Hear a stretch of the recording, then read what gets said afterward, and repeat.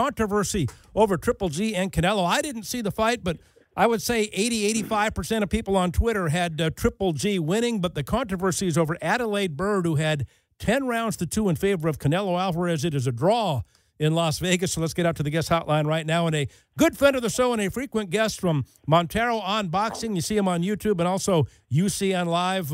It is the great Mike Montero. What's up, Mike?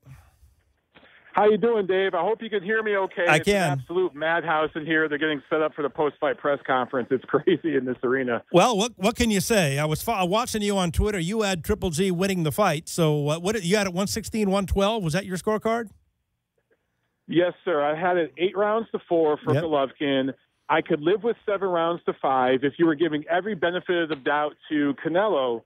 But 2 of the judges agreed with me practically. There was one judge who had at 114 a draw. One judge had at 115, 113 or 7 rounds to 5 for Golovkin. And one judge, Adelaide Byrd, who has had several poor scores in recent years, had at 118 to 110 for Canelo Alvarez. That is 10 rounds to 2. Everybody in this crowd, and let me tell you something, this was a overcapacity crowd. It was over 22,000 in here. T-Mobile Arena seats just over 20,000. Golden Boy Promotions, who put on this event, opened up extra seating this week to bring in a couple thousand extra fans. That's how big the demand was for this fight. They had over 22,000 in here tonight. I'm not sure yet. Don't quote me. I don't have the official numbers. But I believe this is a record-setting gate for actual butts and seats, tickets sold for a boxing event here, over 22,000. Pro-Canelo crowd, they were loudly booing the decision when Adelaide Byrd's scorecard was announced. Absolutely atrocious scorecard. Gennady Golovkin won this fight tonight. Now, what other fights has she screwed up scoring? And I know Bob Arum wanted to have her banned from judging a while back. She screwed up too many to count, Dave, to be honest with you. She is part of the Nevada State Athletic Commission, which I don't want to get too political here, but if I could get just slightly political, the Nevada State Athletic Commission, obviously, they're in the gaming center of the world here in Las Vegas and Nevada, the most powerful sporting commission in the world for boxing, for MMA, for all fight sports, for all gambling, if you have it. And they basically set the standard for all the other state athletic commissions to follow. And Adelaide Byrd has been one of the judges here for well over a decade, I believe 2 decades now. She has turned in several poor scores, but they're almost like a teachers union on steroids here. It's very difficult to get rid of a bad judge. And she is one of the worst in all of martial arts, not just boxing, kickboxing, wrestling, MMA, whatever you want to call it. She is one of the worst out there. I don't know how she keeps her job, but this score tonight, 10 rounds to 2 for Canelo, was disgusting. I have covered this event extensively. I've covered both of these careers, Canelo and Golovkin, the last few years as they've built up to this fight. And both of them have talked about the fact that if there's a close fight here, they're going to do a rematch in May. It's probably going to be right back here in Las Vegas. I'm so disgusted by this scorecard. I'm not going to cover the rematch in May. I'm not even coming. I'm going to stay in L.A. and buy the fight and hang out at your house and drink your beer. I'm going to watch the fight at your house. You're always welcome. Right now you got the invite, but I think as we get closer to fight time, you'll cool off a little bit and you'll want to go to Vegas for the rematch. Possibly. I have to admit, it's always fun. It's about 1,000 degrees here, but it's always a great time. There were over 10,000 fans just for the weigh-in yesterday. It was just a party-like atmosphere all week. People talk about the fact that boxing's dead. It's not a fact. It's a myth. Boxing is alive and well when you have the 2 best fight each other. And in this fight, you had the 2 best in their division, in their prime, the number 1 and number 2 guys fighting each other. They put it all on the line. But this one scorecard, the other 2 scorecards were solid, but that third scorecard from Adelaide Byrd is going to just ruin the taste in so many boxing fans' mouths. It's just a bad taste. But you're right, Dave. I mean, the promoters know what they're doing. They know boxing fans are hooked and fight fans are hooked, and they're probably going to tune in for the rematch, and it's going to do double the business this thing did, which was huge, by the way. House fighter is Canelo Alvarez, HBO house guy. And I would imagine the powers that be in boxing would prefer that he wins or they get a rematch. So I guess they got what they wanted tonight. Absolutely. And the way that this deal was structured, I mean, all the details weren't leaked, but I interviewed Eric Gomez at Golden Boy Promotions and a couple of the folks there who controlled the promotion for this fight. And that's who promotes Canelo Alvarez. And they said that there's a rematch clause set up, quote unquote, if certain things take place. Now, that's pretty vague.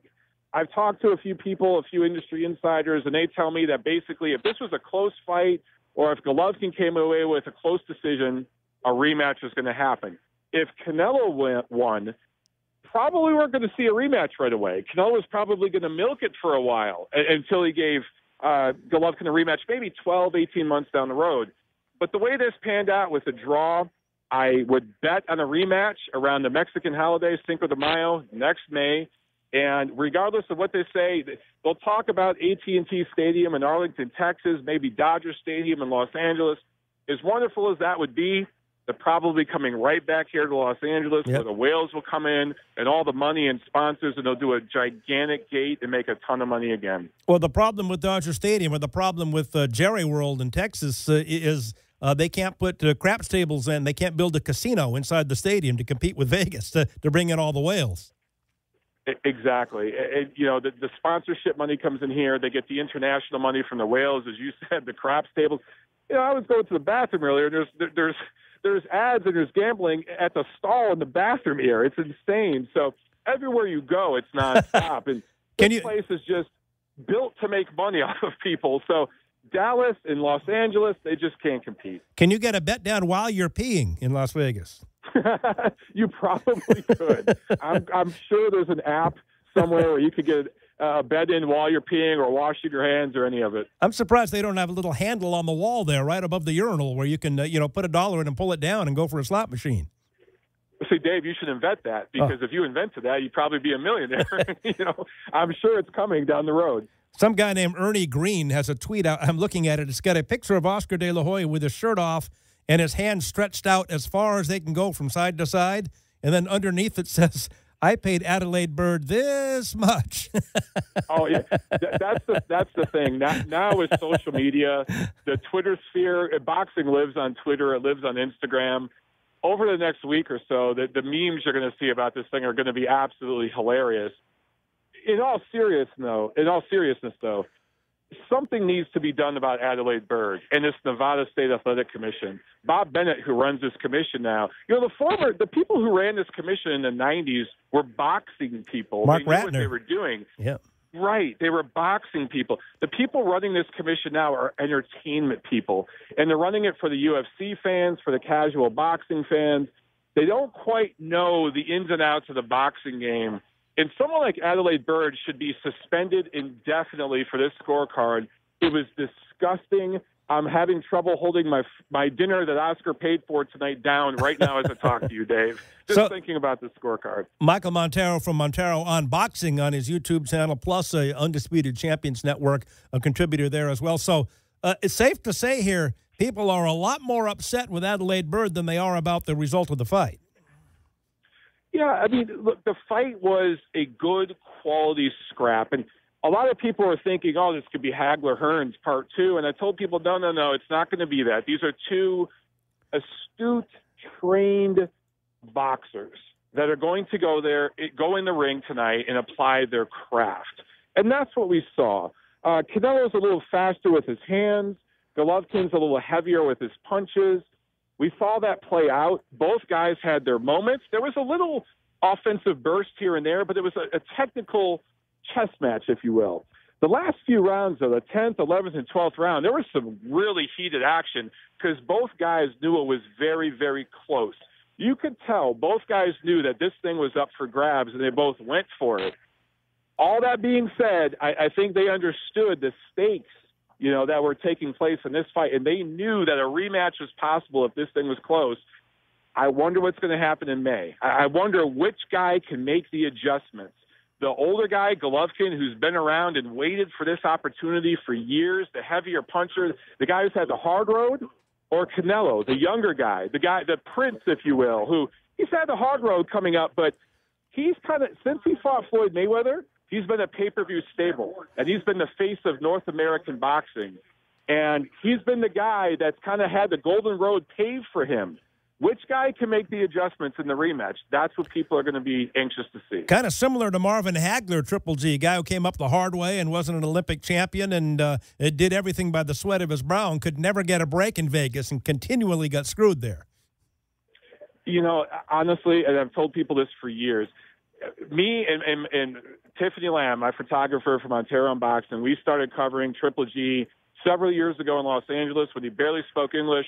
The first press conference we went to, there was maybe a dozen people there. Nobody knew who the heck this guy was, but we saw him working out in the gym. We saw some of the things he did in the ring, and we knew this guy was special. And I told everybody that would listen, this guy is Hagler 2.0.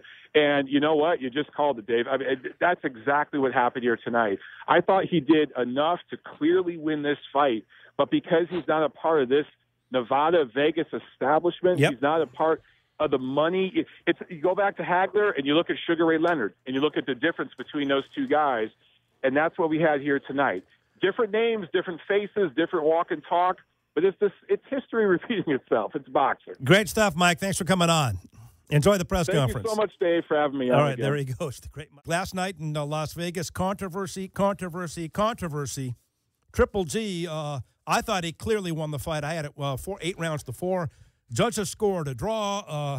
Adelaide Byrd, 10 rounds to 2 for Canelo, which is outrageous. And boy, Don Trella, how about him? How do you give the 7th round to Canelo Alvarez? It's just amazing. He was on the scene last night in Las Vegas, and we're going to play his sound in a minute here. I'm proud of Michael Montero Unboxing, and, of course, Undisputed Champions Network. What's up, Michael?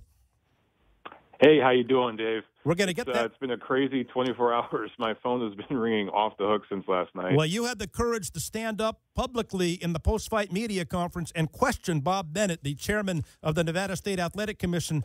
You might not ever get to go to another fight the rest of your life, but congratulations on asking the questions nobody else wanted to ask at that press conference. Thank you, sir. Yeah, somebody had to do it because it just, this happens too often. And I was okay with the draw. Personally, I felt that Golovkin won. I thought he edged it. Just like you, I had it about 8 rounds to 4. I could go 7 rounds to 5. But I wasn't upset with the draw. It was just the one score from Adelaide Byrd, 10 rounds to 2. That was such an egregious score. And I heard just before your last break, you were talking about it, how Bob Bennett has defended her, saying she's a great judge, she's so experienced, she has over 100 some odd championship fights under her belt. Well, that makes her score that much more egregious because an experienced judge who has seen close fights like this should know how to score properly. And that's why that scorecard was so atrocious. I had to speak up and say something. Well, let's get to the sound right now. Here's the great Michael Montero from Montero Unboxing on the YouTube channel, getting up and having a verbal confrontation and going after Bob Bennett, the chairman of the Nevada State Athletic Commission. Here it goes. Michael Montero again. I'm sorry, I'm going to be a broken record. This question's for Mr. Bob Bennett. Same question. Sir, with all due respect, we've had several controversial scores here in Nevada in recent years. Rarely anything is done. Obviously, this was not a 10 rounds to 2 fight. This was a close fight. Neither fighter won more than 7 or 8 rounds. Is there going to be anything done about Judge Adelaide Byrd? Will there be an investigation? Maybe you'll sit down with her, watch the fight again, have her rescore it. What's the plan here? Well, first of all, I want to congratulate both fighters and both promoters. I think the fight was very competitive. Why don't you just be patient for a second instead of waving your hands? You're asking me a question. I take full responsibility and accountability for my team, okay? Adelaide Byrd has had over 115 championship fights or elimination bouts. Unfortunately, tonight, she didn't do well. She was off her mark, So it's not the first one. Well, I beg to differ with you. If you go ahead and look at her last 3 years for every fight that she's had, you will find that she's very close to scoring every fight correctly. I have looked at her record over the last 3 years. I've got the records from Fight Facts. So if you've looked at them, then you tell me if I'm wrong. I think there have been several fights in recent years that fans who are spending hundreds, sometimes thousands of dollars for these fights, feel the scoring is not adequate. And in this situation where you had two judges score a close fight, which is what 22,000 people saw and millions of people at home, and one judge saw it 10 rounds to 2, I think what we want, sir, and I'm not trying to be a pain in the butt. No, I'm just not asking, at all. what will be done about this, because it's not the first time? Is there a plan to work with some of these judges to find out what they're missing that millions of other people are seeing? Because neither fighter won more than 8 rounds tonight. That's all I'm asking, sir. This 10 rounds to 2 is just a little too wide. A lot of people here are scared to say what I'm saying. I might lose a press credential for the rematch for saying this, but I'm asking what millions of fans, I'm doing my job because a lot of people want me to ask these questions that a lot of people here are scared to ask. I just want to know what will be done. Is there a plan? Yeah, of course there's a plan. I'll go over the fight with Adelaide round by round. She'll have to articulate to me what she saw, how she saw it, why she scored each round the way she did, and then we'll continue to move forward from there. There's not one person sitting in this audience that, in whatever their profession is, haven't had a bad night. She was off her mark tonight. So we will take appropriate action. We'll go over the fight. We'll look at it round by round, like I said, and we'll continue to move forward. But by and large, I can tell you we train very hard here. We prepare for the fights. I do a lot of background before I make my recommendations to the chairman and the commissioners for the officials. And unfortunately, and I'm responsible for it, that Adelaide had a bad night. Thank you, sir. Thank you. Not at all. My pleasure. I should be asked those questions. Yes, he should be asked those questions, and congratulations. Michael, you might not ever get invited to another fight in Vegas, but congratulations for doing what everybody should have been asking. Thank you. Yeah, the look on Bob Bennett's face, and then Oscar De La Hoya, the promoter of the event, who's right next to him, the look on their face, and even the Tecate ring card girls who are beside them, they just look like they were a deer in headlights. It was pretty good stuff. There's videos of it on YouTube. I just want to follow up on one thing, though, that Bob Bennett said. You know, just saying that Adelaide Byrd had a bad night at the office, and we've all had a bad night at the office. Well, that's true. We're all human. We all have a bad night at the office. The difference with Adelaide Byrd is she's had several bad nights at the office. And, Dave, you're a diehard like me when it comes to boxing. We've seen a million fights. Most fights are pretty easy to score. One guy is, generally speaking, controlling the distance, controlling the fight, landing the bigger punches. There's a knockout, something to make the scoring easy. It's in these very close fights, these big, huge fights where you actually, finally, we have two guys, the two best guys in their division, both in their physical prime, going head-to-head. This was a 50-50 pick'em fight. We all knew it was going to be close. You need these professional judges who, by the way, are being paid for what they do. They're being paid. They need to be able to tell who's winning in these close fights. They are supposed to be the professionals. When most of the fans, when most of the media is scoring the fights better than these guys who are being paid, something is wrong. You know, he kept, every time you pressed him on, he kept saying she had a bad night. It's a one-off. She had a bad night. You kept pointing out the fact that she's had several scorecards that didn't make any sense, and he wouldn't address the issue. Yeah, it just goes back to, again, what you were saying before the break, how Byrd is part of that Nevada State Athletic Commission. And it's the most powerful commission in all of fight sports, not just boxing. And I do believe Adelaide Byrd is also, she judges MMA fights as well, because obviously that commission doesn't just do boxing, they do MMA. They're the most powerful commission there. So it's like I said last night on the segment I did on your show last night, right after the scorecards were announced, that commission is like a teachers union on steroids. It's so insular, it's so protected, it's hard to get answers from people. And I'm telling you, as I was standing there by press row, and there were probably 200 people, 200 media people that were credentialed for this thing who were at the post-fight press conference, not one of them wanted to talk about this. It was the same inane questions, the same stuff you talk about every single time. They were talking about the attendance and the closed circuit, both did records, and all that's great news. And it was a great fight. It really, really was a great fight that lived up to expectations. So much positivity, so many good things. But it's like this was a brand new shiny car you just drove off the lot, and there's a massive dent on the door or a big stain, and that's what this scorecard was. And I was the only one that wanted to talk about it. And a lot of these guys, and you know this in the media and in the boxing media as well, Michael. They get set up with a free room, they get set up with meals, they get their flight paid for to get over there and cover the fight, and it's comfortable. They get a good time. They gamble, lay out by the pool. So why ask a tough question? It's just I want to continue doing this. You're not lying. And to be honest with you, I've turned down money. I've turned down being put up in a hotel multiple times, and that's why I started my own YouTube channel so I could speak freely. I still write for Boxing Monthly magazine. I still do articles on different websites. I even contribute with Ring TV sometimes. But I did my own channel so I can speak my mind. And, you talk about the circus that just left town 3 weeks ago there in Las Vegas, the Mayweather-McGregor thing. I turned down tons of money to not cover that event because I thought it was a sham. I thought it was a circus. I am going to be honest, and, hey, I'm a journalist. I have to tell the truth. That's my job. There's very few of us left in this business.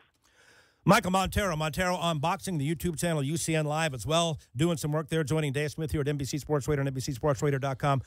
Because of the outrageous scorecard turned in by Adelaide Byrd, somebody who's not getting any criticism but should be is Don Trella, the judge who scored at a draw at 114-114. He scored round 7 for Canelo Alvarez, which was Triple G's best round of the fight. Even Adelaide Byrd gave round 7 to Triple G, one of the 2 rounds she gave him. Now, if he scores that round properly, in spite of her, Triple G still wins. So why isn't he catching some heat? I agree with you. He should. I mean, he's kind of slipping under the radar, and I didn't even realize it that night until somebody brought it to my attention today that his scorecard, that 7th round. Don Trella, I thought coming into this fight, was the best of these 3 judges. Both Dave Moretti, who I was concerned about and actually scored the fight for Golovkin, and Byrd, they're part of that Nevada commission. So I was very, very concerned about those 2. Don Trella is an East Coast judge. I believe he's out of Connecticut. Don't quote me, but I think he's out of Connecticut. And he scored a couple of Triple G fights, I think, out there on the East Coast in New York. So he's familiar with his style. I thought he was going to be the fairest judge. But for him to give that 7th round to Canelo, when the other 2 judges gave it to Golovkin as they should have, it's just bizarre. And the only explanation I can maybe come up with, Dave, is that 80% or more of the crowd was pro-Canelo, and they were oohing and awing at everything he did. Now, if you're a fan and you're way up in the stands and you're having a few beers, you might not know exactly what you're seeing. It might look like a punch is landing when it doesn't, especially if you're favoring one fighter over the other. But when we're down by the ring and we're seeing everything up close, we're seeing the action, I got to tell you, Canelo did make Golovkin miss a lot. But a lot of Canelo's punches, first of all, they were shoe-shined. There wasn't a lot of power on them. But second of all, Golovkin was sliding with them. They were glancing blows. He was blocking a lot of them. I thought if both guys landed one punch at the same time, it was Golovkin's punches that moved Canelo back. But maybe that crowd noise influenced Don Trella. That's my only explanation for that card. You know what, Michael? It is so fascinating to me how much Golovkin's career parallels the great Marvin Hagler, because, Golovkin came up from an impoverished background, wasn't a golden boy. Ironic that golden boy promotes Canelo Alvarez. Came up the hard way, had to get everything on his own, wasn't part of the boxing establishment, wasn't in with the promoters or the wise guys in Las Vegas. And every time he went to Vegas, the first fight with Vito Anafirmo, the judges had him behind when he knocked out John the Beast Mugabe, which was ridiculous. He got screwed against Sugar Ray Leonard in that big fight. Seems like the same thing happened to Golovkin last night. A guy comes up the hard way, not really well known 5 years ago, not part of the boxing establishment. You got Canelo with Oscar and the whole Las Vegas thing. It's fascinating how they parallel each other. And, Michael, I can't tell you how many boxing people I spoke with last week, writers and broadcasters, and they told me if it goes to a decision, Triple G's going to get screwed. Mark my words. Wow, were they right on? Yeah, I mean, how many times has this story played out before? And I agree with you. I think that Golovkin is Hagler 2.0, and he really has come up the hard way. You think 5 years ago, almost to the date, is when he made his American debut on HBO, and he was a last-second replacement. Came in, I think he only made about $100,000 for the fight on HBO at that time, and he had a title. But this is back when he was coming from Germany. He started his career over there. He relocated from Kazakhstan to Germany, learned that language, and tried to come up there and build a career there. The promoters there were shutting him out because he was knocking everybody out and being so dominant. He was beating their local fighters, their native fighters there in Germany. So he came here and totally started over 5 years ago. And to go from there, that point, starting out all over again, to the biggest fight in boxing in just 5 years, it shows you just how great of a fighter he is. And you're so right. He really has come from nothing. He's endured all sorts of hardships. He's lost 2 of his brothers, his father. He's been through a lot. And it just seems that he was not the establishment guy. He was not the house fighter. We've seen this story before. Look, you go back to the first fight between Andre Ward and Sergey Kovalev. Very similar situation. That was maybe a smaller fight as far as, being on the main stage in the casual sports world, mainstream sports world. But establishment fighter inside HBO house guy Andre Ward got a decision over Sergey Kovalev that many people, myself included, felt he did not deserve. Well, that didn't quite happen here. At least it's just a draw, and everybody kind of saves face, and they can build up for the rematch. So it's a small blemish on the record of Triple G that he probably doesn't deserve. There's a draw on his record now he doesn't deserve, but at least it's not a loss. Again, it's just that 10 rounds to 2 scorecard. And you're right, Don Trella's scorecard was shaky too, but that one from Adelaide Byrd, people have talked about corruption. I don't like to use that word because that implies bribery, and I really don't think that Oscar De La Hoya pulled up to Adelaide Byrd's house and pulled out a trunk of money. I don't think that happened. I just think it's ineptitude. I just think she's not a good judge. But because she's part of that commission, nothing's done. Great stuff, Michael. Thanks for coming on again, and congratulations on standing up there in the press conference afterwards.